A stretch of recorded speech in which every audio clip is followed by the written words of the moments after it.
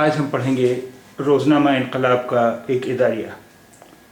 बुध 27 अगस्त 2014 ईस्वी। एक चिराग और बुझा। वतन अज़ीज़ की सबसे बड़ी खुसूसियत इसके अवाम की रवादारी और भाईचारगी है। बरसहा बरस से मुख्तलिफ़ मज़ाहिब के मानने वाले और मुख्तलिफ़ तबक़ात में मुनक़सिम लोग भी न सिर्फ़ ये कि एक दूसरे के बेहतरीन पड़ोसी, दोस्त, शनासा, शराकतदार और रफ़ीक़कार साबित होते रहे हैं, बल्कि अपने ताउन व इश्तराक से उन्होंने इस मुल्क को आलमी सतह पर ऐसी शनाख्त अता की है कि कोई दूसरा मुल्क आज तक इसकी शाया निशान नज़ीर पेश नहीं कर सका।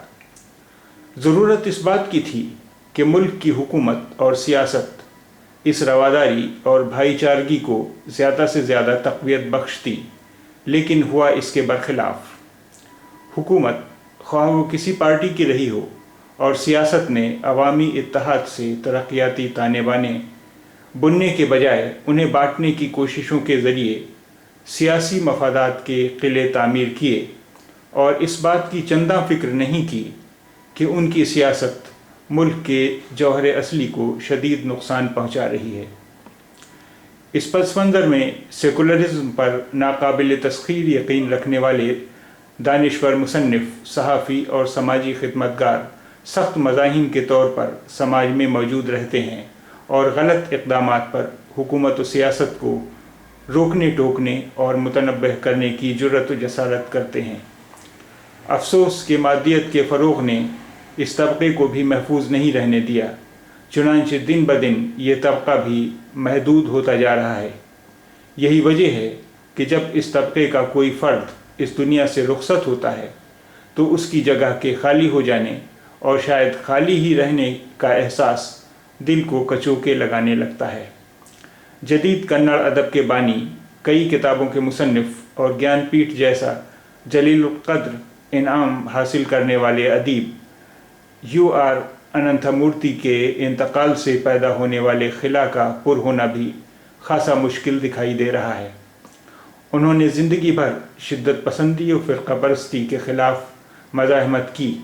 ये अलग बात कि उनका सितंबर 2013 का बयान ही ज़्यादा मशहूर और उसके साथ ही मुतनाज़ा साबित हुआ कि मैं इस मुल्क में नहीं रहना चाहूँगा जिसके वज़ीर आज़म नरेंद्र मोदी होंगे।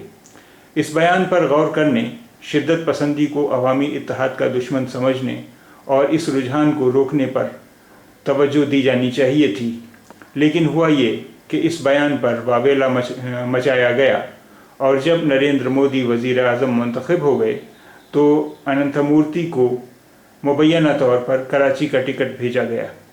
इतने बड़े अदीब के साथ ऐसा भोंडा मजाक उन सतही सियासी कारकुनान की शरारत थी जिनकी कोर दिमागी उन्हें समाज पर अपनी सोच और अपने इक़दाम व अमल के असरात के बारे में सोचने के लायक नहीं रहने देती। अनंतमूर्ति के करीबी दोस्त पंडित राजीव तारानाथ ने इस सिलसिले में बहुत अच्छी बात कही, जिसका मफ़हूम ये है कि समाज ने उनका मजाक उड़ाने के लिए उन्हें बैरून मुल्क रवानगी का टिकट भेजा था, लेकिन उन्होंने इसका मौका न देते हुए मुल्क अदम रवाना होने का फ़ैसला करते हुए मजाक उड़ाने वालों का खुद मजाक उड़ाया। बहावाला हिंदू मौरख़ा 23 अगस्त।